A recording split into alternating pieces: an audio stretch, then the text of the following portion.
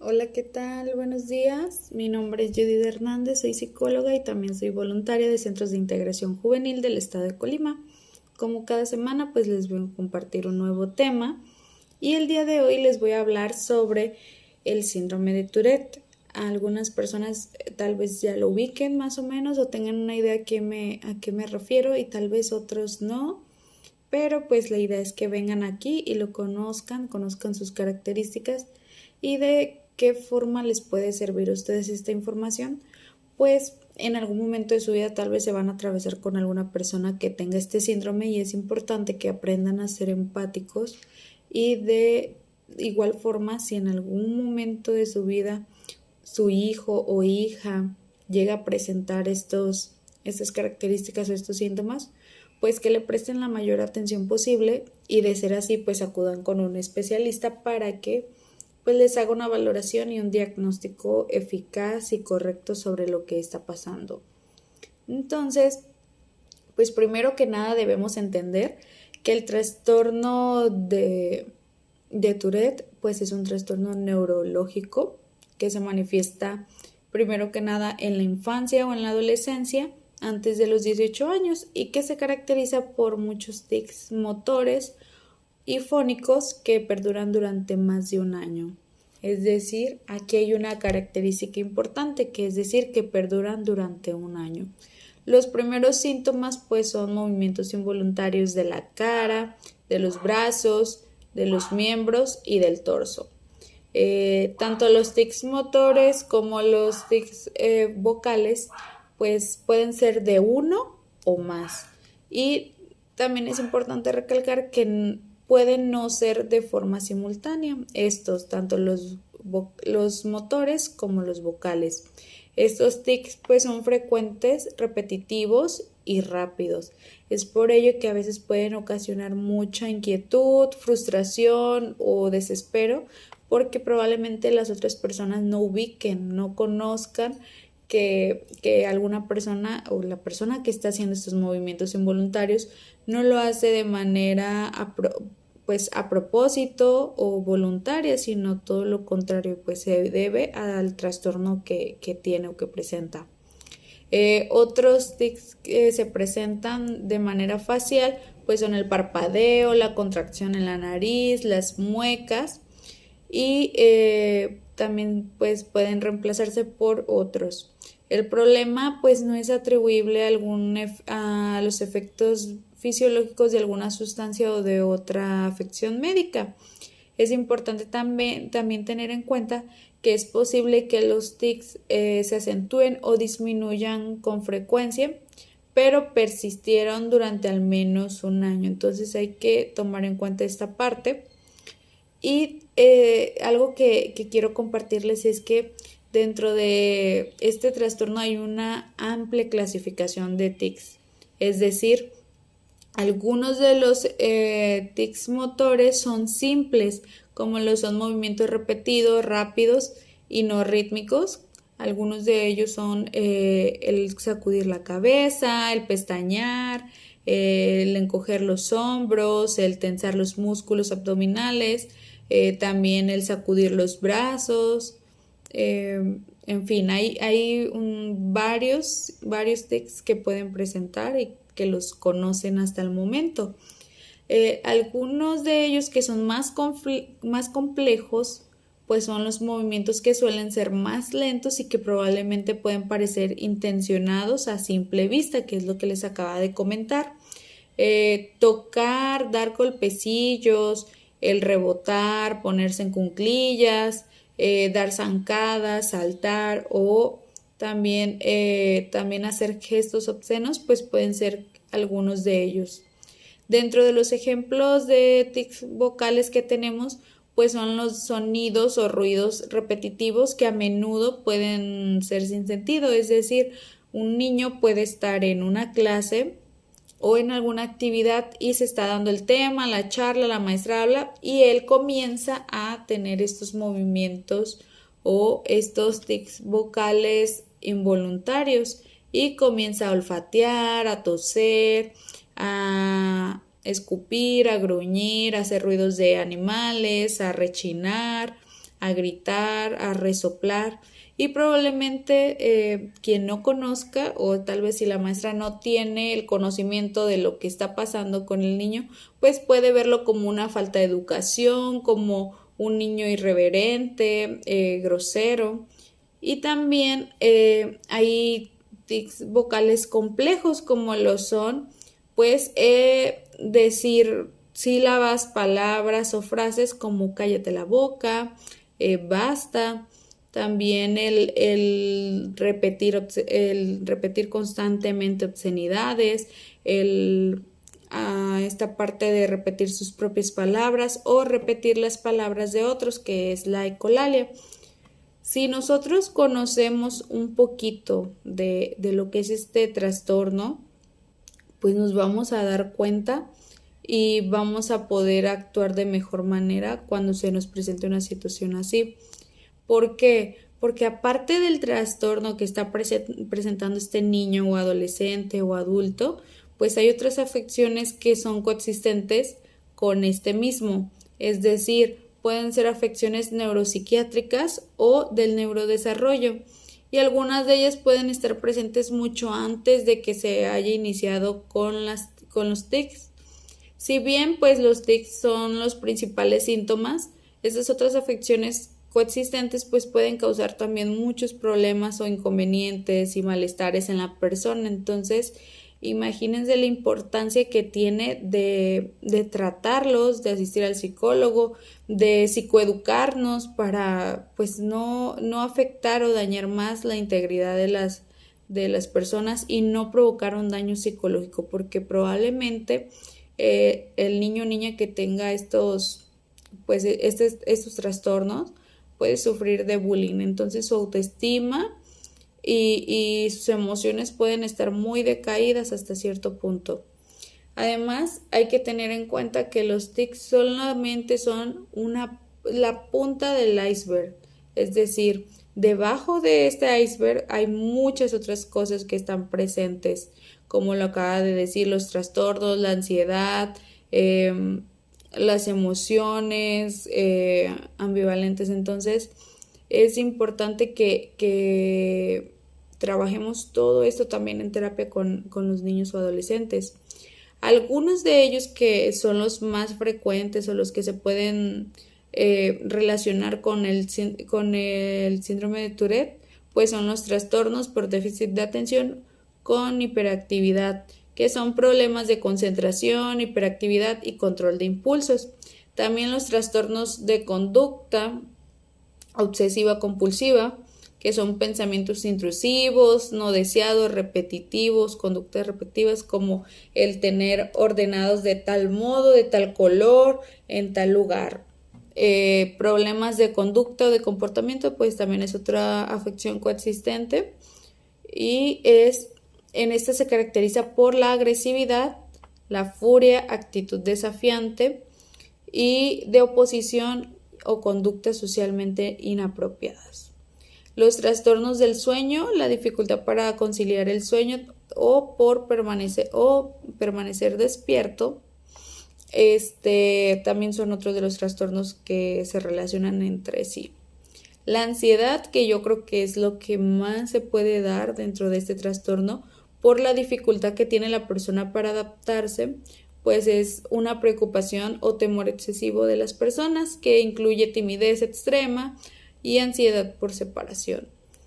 También hay discapacidad en el aprendizaje, es decir, dificultades de lectoescritura, matemáticas o de procesamiento de la información que no están relacionadas necesariamente con la inteligencia. También las dificultades en el procesamiento sensorial, es decir, probablemente son mucho más sensibles ante la sensibilidad con respecto al tacto, al oído, al olfato, y también los déficits en habilidades sociales y funcionamiento social, que ya lo venía diciendo, por decirlo así, cuando nos cuesta trabajo relacionarnos con las personas, desarrollar habilidades sociales, mantener relaciones sociales con nuestros pares, familiares y personas del exterior. ¿Por qué? Porque también el hecho de tener este síndrome de Tourette, pues puede generarles complicaciones para relacionarse, porque no toda la gente sabe ser inclusiva. A veces tendemos a discriminar, a no ser empáticos, a un sinfín de cosas que no nos damos cuenta que pueden llegar a lastimar a la otra persona, y entonces también eso complica que él tenga la confianza para poder relacionarse con los demás. Si bien los síntomas del síndrome de Tourette pues difieren de una persona a otra, no todos presentan los mismos síntomas. Algunos pueden variar, pueden ser leves, en otros pueden ser graves, pero la mayoría de los casos corresponden a una categoría pues leve, es decir, que la persona pues sí se puede desenvolver perfectamente con las demás personas o en su entorno pues social y de trabajo y educativo. También por lo general hay una historia pues de tics, de síndromes de Tourette, de TDAH, de TOC en la familia. No es una regla, pero sí por lo general puede decirse que hay antecedentes, tal vez de casos que sí sí fueron tratados, o tal vez otros no se trataron, no se trabajaron. El síndrome de Tourette y otros trastornos de tics pues se dan en todos los grupos étnicos, es decir, no difiere, no se fija específicamente en una población o en otra, sino que se da. Y a lo que dicen las estadísticas pues es que en los hombres afecta entre 4 o 5 veces más que en las mujeres, es decir, entonces es un trastorno que frecuentemente se da en los varones. Con respecto a lo que es del tratamiento del síndrome de Tourette y otros trastornos de tics, pues generalmente los tics son leves, ¿no? Por lo cual no requieren tratamiento. Sin embargo, estos tics, pues si son moderados o intensos, es posible que sí necesite un tratamiento directo. Si hay afecciones asociadas presentes, tal vez sea necesario también tratarlas primero o al mismo tiempo, dado que suelen ser mucho más perturbadoras que los tics propiamente dichos. Es decir, como lo decía anteriormente, hay trastornos que afectan aún más que el mismo síndrome de Tourette. En el caso de la ansiedad, si una persona tiene este síndrome más la ansiedad, pues en el caso de la ansiedad probablemente se ocupe atención psicológica, el trabajar con sus emociones, las situaciones que le están generando ansiedad, y probablemente, dependiendo del grado de ansiedad, pues recibir tratamiento farmacológico. Es por ello que tenemos que indagar a fondo cuáles son las causas de la ansiedad en las personas. En todos los casos es fundamental enseñar sobre el síndrome de Tourette a la persona afectada, pero también a sus allegados, es decir, dar psicoeducación a las personas que son más cercanas a la persona, porque ellos le pueden brindar el apoyo adecuado a la persona que lo necesita, y a su vez también brindar apoyo en todos los ámbitos, tanto escolar, de trabajo, de hogar, a la familia. Si la familia conoce y entiende lo que está pasando la persona que tiene el trastorno, pues le va a ayudar de una mejor forma. Si los tics requieren tratamiento, pues se dispone de terapia conductual y medicamentos, como ya lo fui mencionando.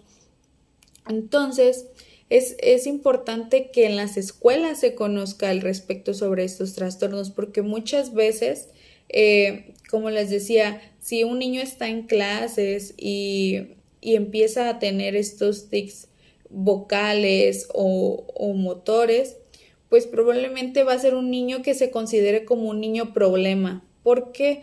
Porque no hay el conocimiento. Entonces va a venir arrastrando muchas situaciones que lo van a poner aún más ansioso, y que van a hacer que eleven estos síntomas o estos tics que se presentan.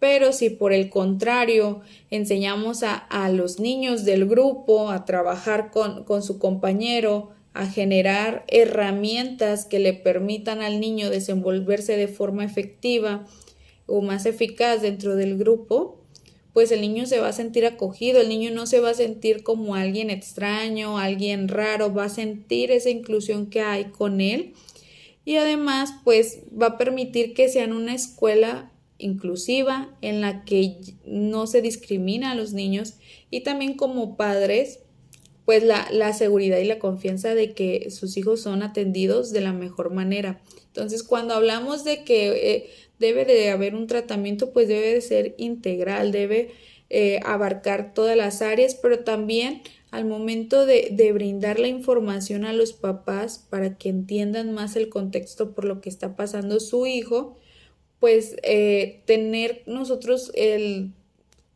la intención también como psicólogos o como especialistas de poder también ir a las escuelas, a las instituciones, a las empresas, ¿por qué no? Porque tal vez esta persona que tiene el síndrome de Tourette, pues es una persona, puede llegar a ser una persona muy funcional, es decir, puede llegar a tener una vida productiva, trabajar, tener una carrera, una vida personal, casarse, qué sé yo, hacer un deporte tal vez.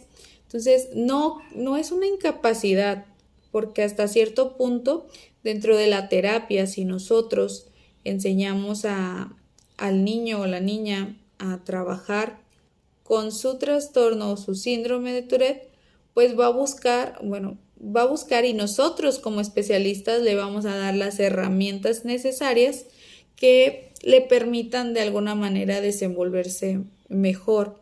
Habrá cosas que probablemente le generen ansiedad y aumenten el nivel de constancia o repetición de sus tics.